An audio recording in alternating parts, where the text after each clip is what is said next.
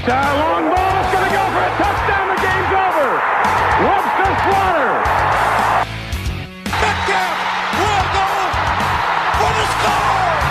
Unbelievable. 45-40. Run, William, run. He's got blockers in front. 5. Touchdown. Joshua Cribbs turns disaster into a score. Sight wants it all on this one for Oakland, and he is there. Jim Brown to the 30. Jim Brown is going to go in for another touchdown. The Cleveland Browns select Baker Mayfield. Wow. It is Baker Mayfield.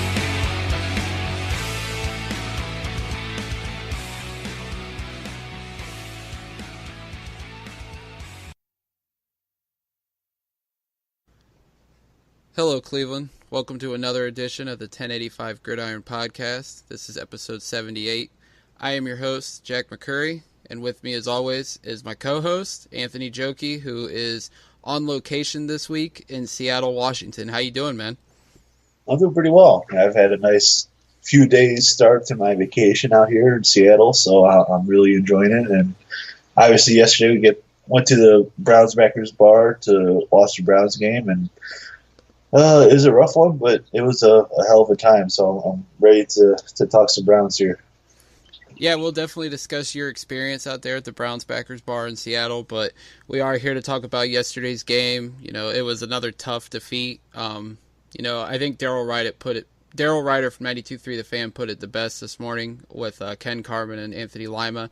He said the Cleveland Browns once again snatched defeat from the jaws of victory.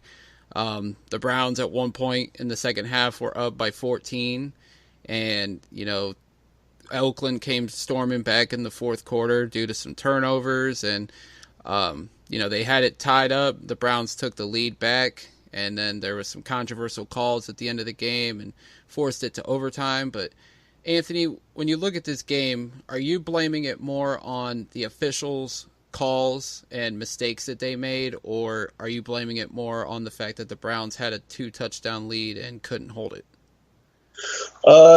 To me, it's more on the 2-touchdown lead. I mean, the officials didn't help anything, but when you have a 2-touchdown lead in the second half, you should win the football game. And, there were a lot of issues yesterday that caused this whole disaster in the fourth quarter and in the third quarter as well. They had 5 straight possessions of they either punted the football or turned it over, and those were they didn't even get first downs on those possessions, so they couldn't move the football whatsoever. The defense couldn't stop anything underneath. Guys were dropping everything yesterday. So it was a combination of a lot of things. If I had to place a weight on it, I would say that it was more 75% what the Browns didn't do to 25% of the officials, not making the proper calls. Yeah, I'm right there with you. I mean, yeah, those calls were definitely controversial, and we're going to talk about them here in a moment. But when you look at it, the defense gave up 565 yards of total offense to the Oakland Raiders. And that's not good, especially when, after the Jets game, everybody was talking about this being a top 5, perhaps even the best defense in the National Football League.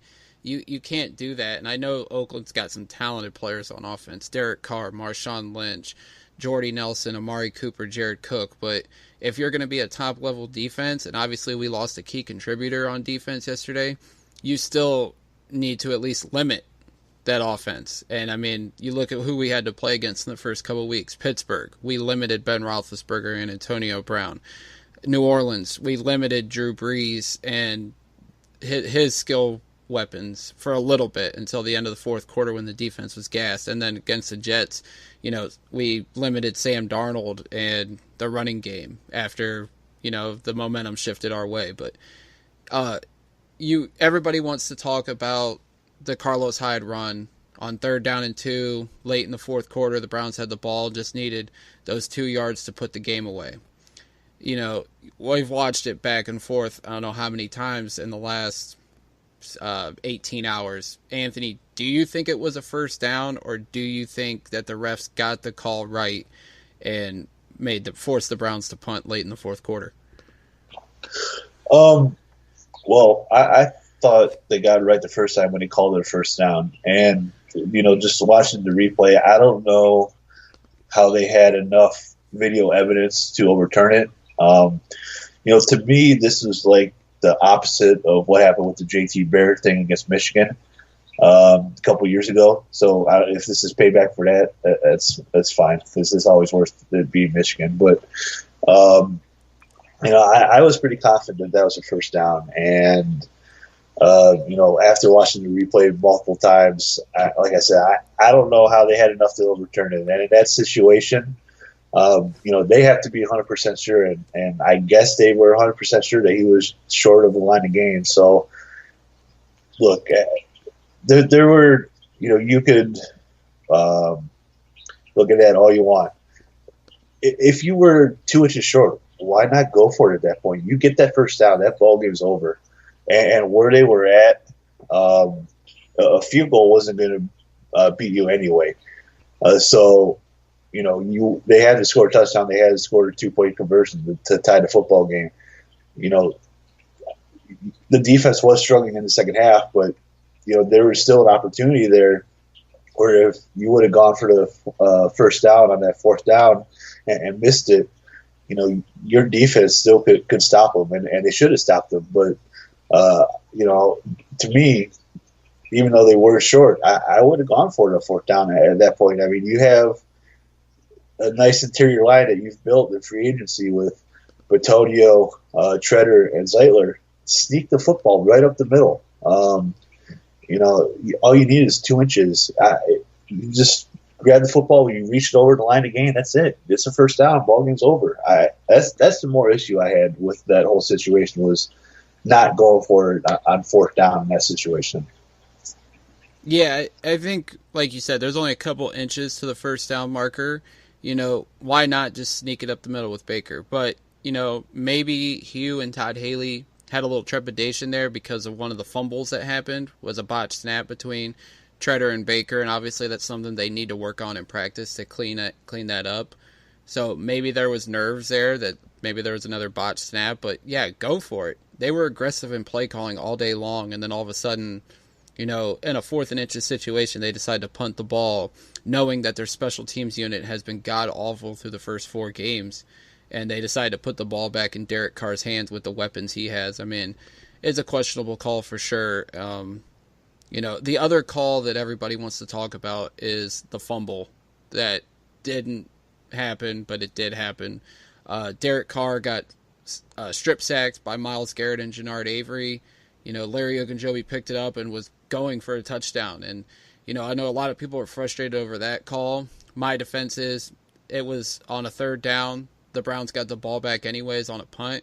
And then a couple plays into the drive, Nick Chubb goes 41 yards for a touchdown. I mean, Anthony, is there something that Browns fans should be complaining about today, knowing that we did score a touchdown anyways? I think they're complaining because it was in addition to everything else with the referees yesterday. It's just another point of emphasis that they could look at with the refs. That was a fumble. It should have been a touchdown for Larry Ogunjobi. And we all know that he's absolutely deserved one for as well as he's played this year. So, it's just they did score afterwards, but I think it's just the point of emphasis of the mistakes that the referees made yesterday. That's why people are complaining about it. Do you think do you buy the conspiracy theory that the NFL hates the Cleveland Browns, or do you just think it's wrong place, wrong time once again for all these mistakes that keep happening on the Browns side? I don't know if they hate the Browns specifically. I think it's more of they want games to come down to the final 2 minutes, the final 4 minutes to make games exciting. But other than that, I obviously a lot has happened to the Browns over the years in terms of bad referee calls. You look at Bottlegate, et cetera, and especially yesterday too. But I don't think that the Browns are targeted specifically. I think it's more so, the NFL wanting games to come down to the final whatever, so games are exciting at the end of the game. Yeah, I would agree with that too. I mean, we were a 4:00 game yesterday.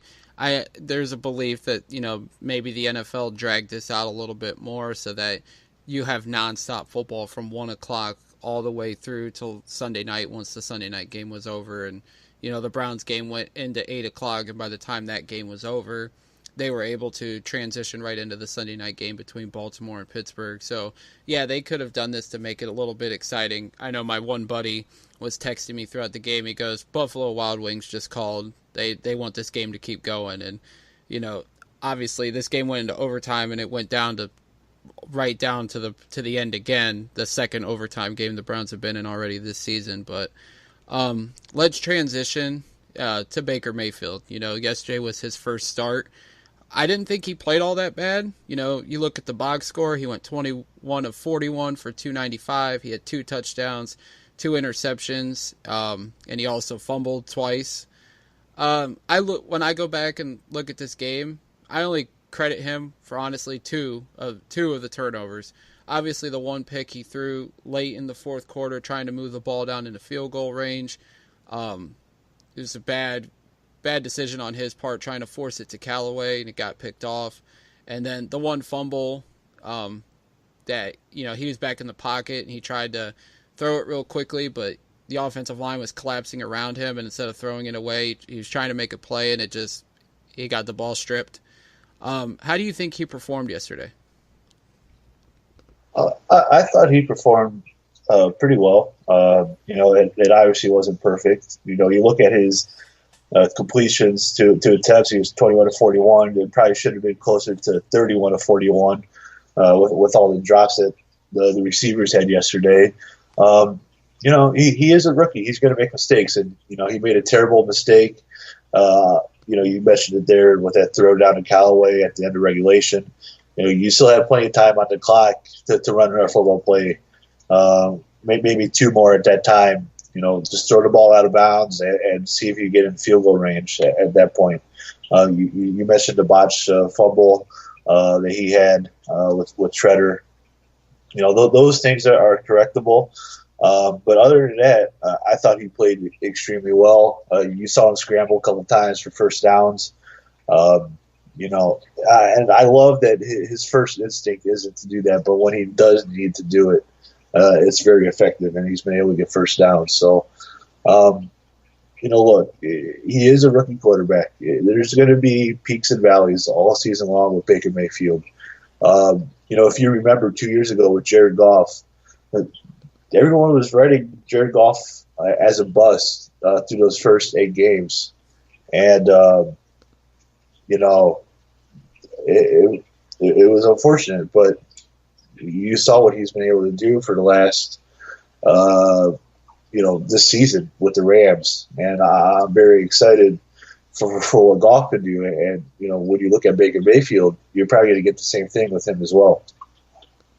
Yeah, absolutely. I do remember the Goff, talk, and everybody wanted to bury the kid. And he, obviously he's got a great coach and an offensive play caller in Sean McVay with him, but I always seen the talent there in Jared Goff, and I always believed that he could be a top quarterback in this league, and he's doing a great job for the Rams. But like you said with Baker, he's going to have his ups and downs. No rookie quarterback is perfect, despite the narrative out there by some people. When you talk about guys like Carson Wentz and Deshaun Watson, they even had their downs as much as their ups in their rookie seasons. But, with Baker, I thought he had a well game. Like you said, his completion percentage should have been higher, and you could see it when you watch back. He was getting the ball to the receiver's hands. There was just a lot of drops on the Browns side of things. And, Jarvis Landry had even said last week that Baker has so much zip on that ball, and it was apparent on some of the throws yesterday. But, if I'm Landry, if I'm Callaway, if I'm Njoku, if I'm all the receivers, get on the jugs machine, turn it up a couple notches because you know Baker's got that zip, and just work on getting those fastballs coming your way because that's how Baker does it. I mean, yeah, he puts touch on it, and that one back shoulder fade into the end zone for Landry yesterday was a great throw. The throw downfield to Darren Fells was great, but you know those balls are going to come to those receivers because Baker is so accurate and he puts it right in the right position. Those guys just have to make the plays and catch the ball. And I know there's with Callaway, especially, you know, coming out, and I even posted his scouting report yesterday. His hands are inconsistent, and Njoku's are too, but they're just going to have to work on their timing and their chemistry with Baker, and I think in due time you'll see that this offense will be productive, and it was productive yesterday. Yeah, it was productive, and you know you could look at the chemistry, and you know you could probably point to the fact that obviously Baker didn't get many reps with these guys at all because he didn't get any reps with the ones during training camp and during the preseason. So, you know, maybe that was a mistake, but you know when you look at it now, they're just going to have to build the chemistry through practice throughout the entire season. Yeah, definitely. The one thing, you know, it seems like he's got a good chemistry with Callaway and Higgins, and that's because, you know, while he was getting second team reps, so were those guys, and so Callaway obviously got the bump up because of, you know, Gordon not being there and Coleman being traded, but, you know, you can see that with those two receivers he has a good chemistry with. It seems like he had a good timing with Duke Johnson on pass plays yesterday, and Darren Fells, obviously, the one ball, he had 2 targets yesterday, but the one ball that ended up being the 49-yard touchdown seemed like he has a good form with all those guys. So Landry, I think he still needs to work on some things with him. Obviously, and you've seen flashes yesterday in the game and as well as with the Jets game, but you know, just giving it time, I think this offense will be zinging along like it did yesterday. I mean, they scored 42 points.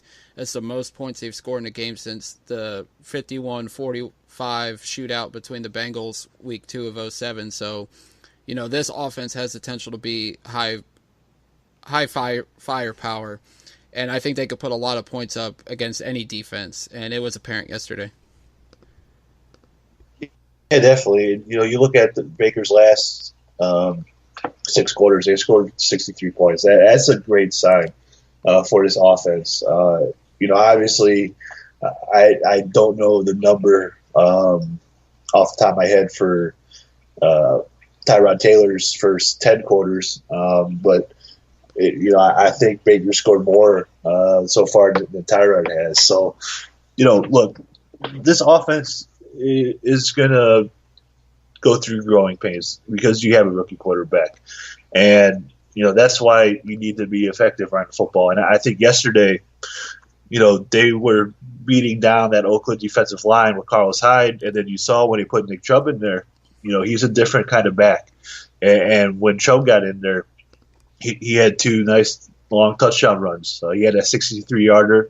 I think he had – was a 30-something yarder as well, maybe a 40-yarder. You know, look, when you have 2 really good, effective running backs, you can definitely use them to your advantage. And when you have a rookie quarterback running the football effectively, it is a great tool to help that rookie quarterback. And I think since Baker came in the Jets game last week, the running game has done a complete 180 than what it was doing when Tyrod was in there. Yeah, definitely. The running game has been strong all season. I don't think, even when Tyrod was in there, I thought the running game was pretty good. Obviously, with Baker, it's going to open up a lot more, and I'm glad you brought up Chubb just because that was the next thing I was going to transition to. I mean, we said it last week when we previewed the Jets game that Nick Chubb needed to get involved more in the offense, and obviously he only had 3 carries yesterday, but you talk about making an impact with those carries. He did just that. He's the first Browns running back with multiple 40-plus yard touchdowns since Jim Brown in 1963, and Nick Chubb did it as a rookie. You know, and he's getting limited snaps, obviously, because Carlos Hyde's the lead back, and but Chubb needs to get the ball more, and you can see it. I mean, I don't know how many guys in the league that are 230-pound running backs have game breakaway speed, but I seen it yesterday with Nick Chubb. I mean, he's a big boy, and he turned on the Jets and ran away from defenders, and you don't find too many big running backs that can do that.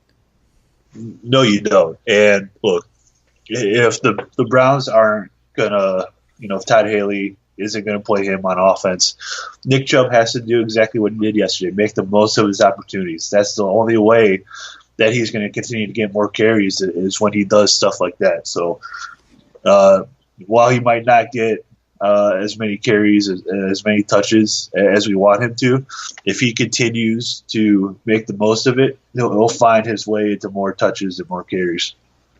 Absolutely. And I think the one thing that's holding Nick Chubb back right now from getting more carries is his ability to pick up blitzes and pass protection. And that's something Carlos Hyde does better right now. And I think that's because Carlos Hyde's been in the league 5 or 6 years.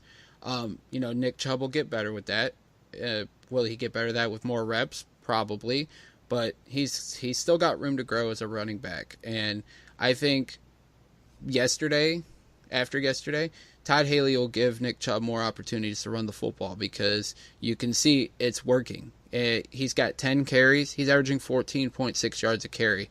Granted, you take away those 2 touchdowns, he's got 8 carries for, I think it's 45 yards. So he's still averaging over 5 yards a carry. So obviously when he gets the ball, he makes plays. And I think Todd Haley will definitely see that, and I'm sure Freddie Kitchens, the running back coach, will obviously ask to him to get the ball more, and maybe we'll see it more. A guy that got the ball more yesterday was Duke Johnson. We asked for him to get the ball more, and the Browns did that. He had 6 touches on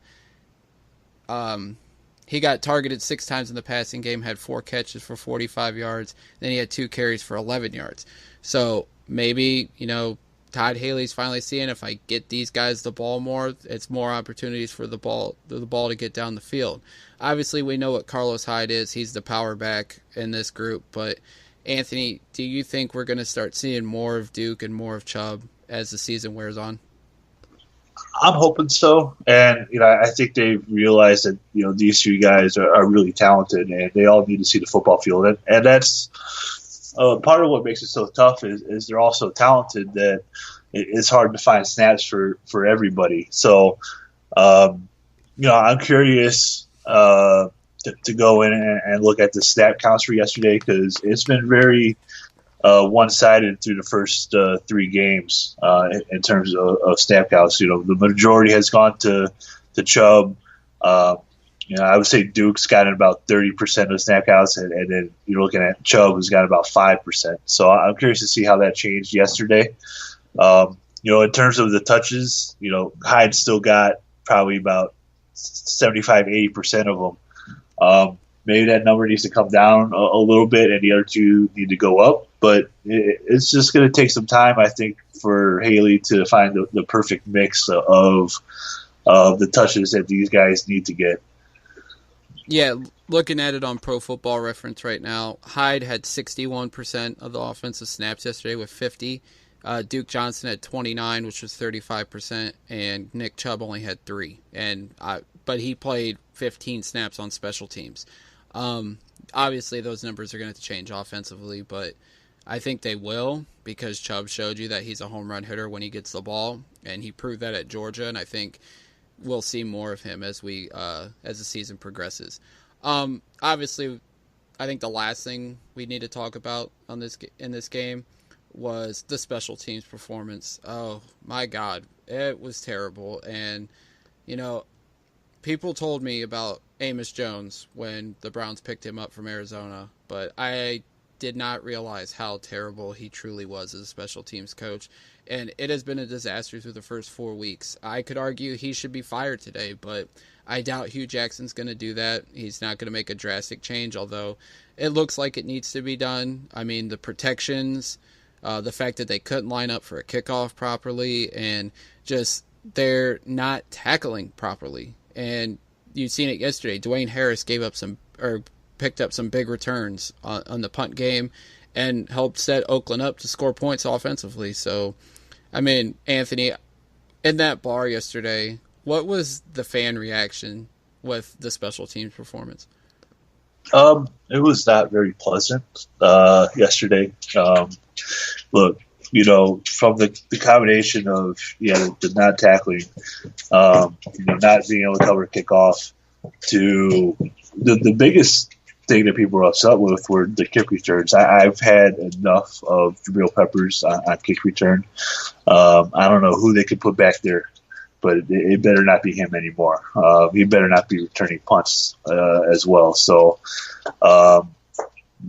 they need to find some kind of return specialist either this week or some point in the near future, because this is the one thing that's really holding them back is special teams. And I guess it's nice that we can say that this is the worst unit on the team for once. But if you want to win football games, it needs to be pretty darn good. I've been happy with what Joseph has been doing since he's been here, but they need to continue to improve the other areas if they want to win football games. Yeah, definitely. I mean, everybody can say like special teams isn't important. It is important, and yesterday was prime example. If they need a return specialist, we had one. He was our kick returner last year and during the preseason. Matthew Days, he's still available. Why not give him a call and bring him back in? I know maybe not carrying 4 running backs would be the best thing, but if Jabril Peppers isn't doing a good job in the return game, why not put Callaway back there? I think the first punt return yesterday, he was back there, and then they went right back to Peppers, and I just don't understand that. But they do need to bring somebody in. I thought the punting has been good. Greg Joseph's been solid since he came in as the new kicker, but obviously, like, there's times where the kicks are almost getting blocked, the protections are poor, and obviously, like I said, the tackling has been god-awful. So Amos Jones needs to do a better job coaching, or he's definitely going to be out of a job pretty soon. And it's amazing he's not already.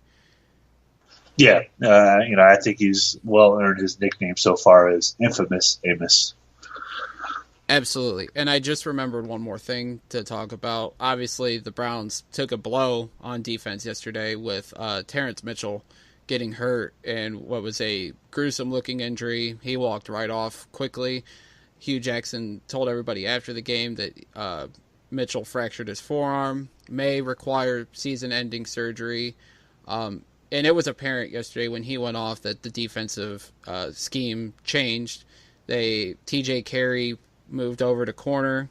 This guy that has not made an impact much during the season. And the Browns paid a lot of money to bring him here from Oakland, and he disappointed yesterday.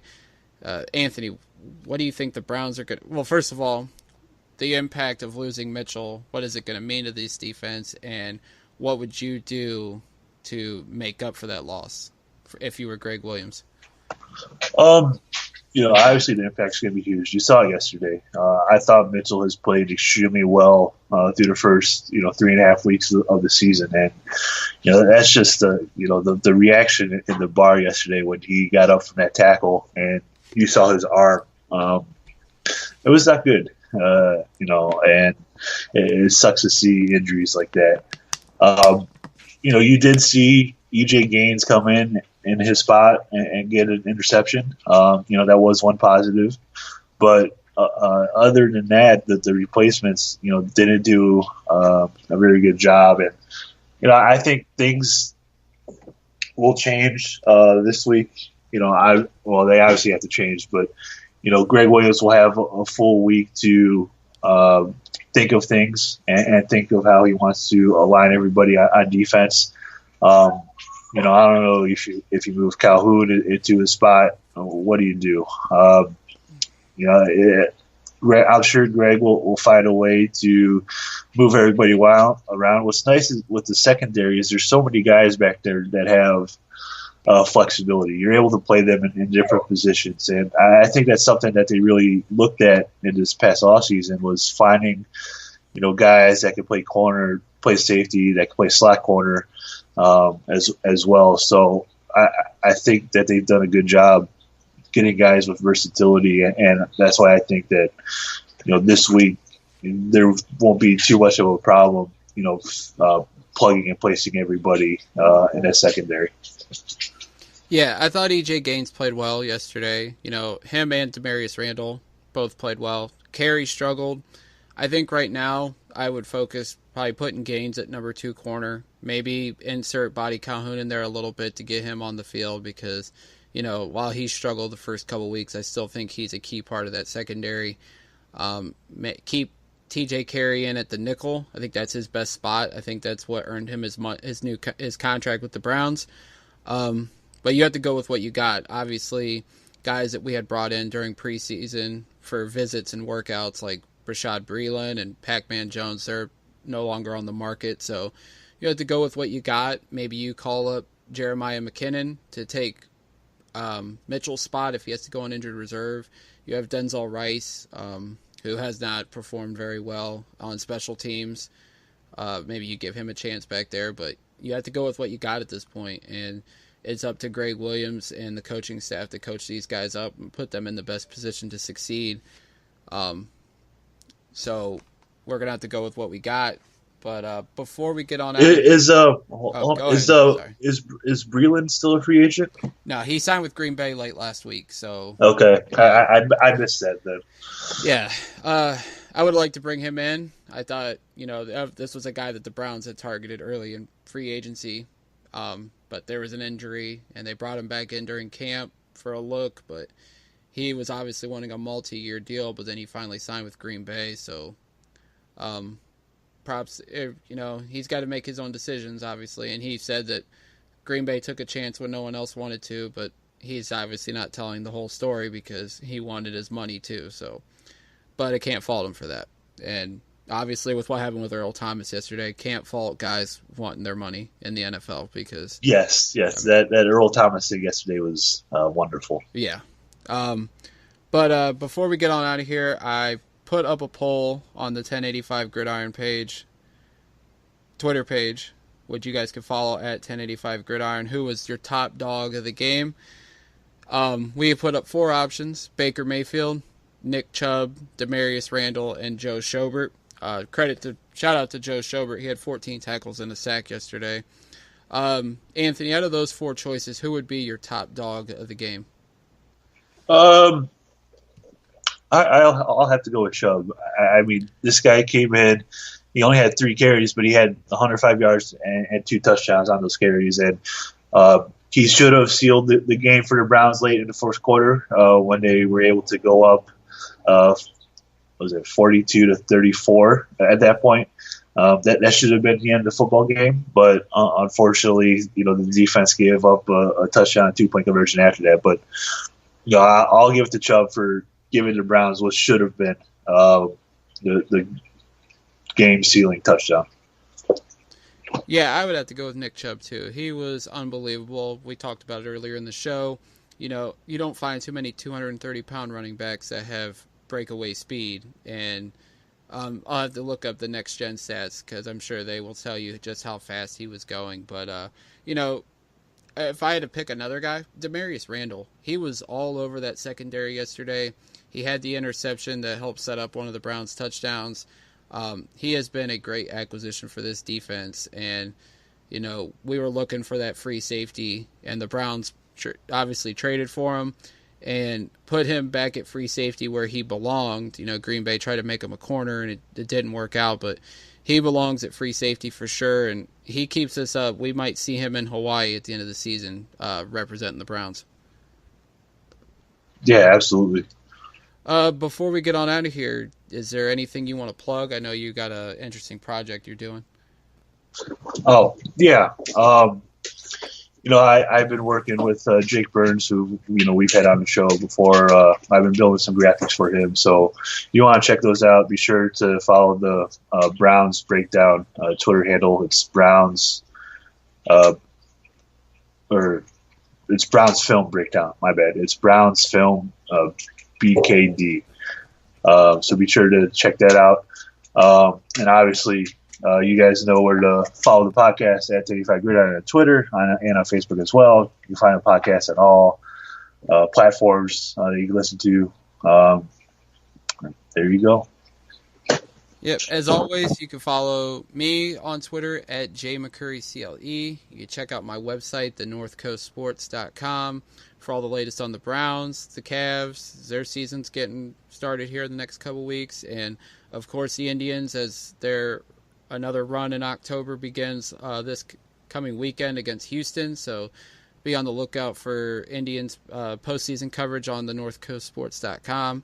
Also, check out the North Coast Sportscast. It's the other podcast that myself and Anthony do. We're available on Apple Podcasts, Spotify, anywhere you listen to podcasts, as well as YouTube.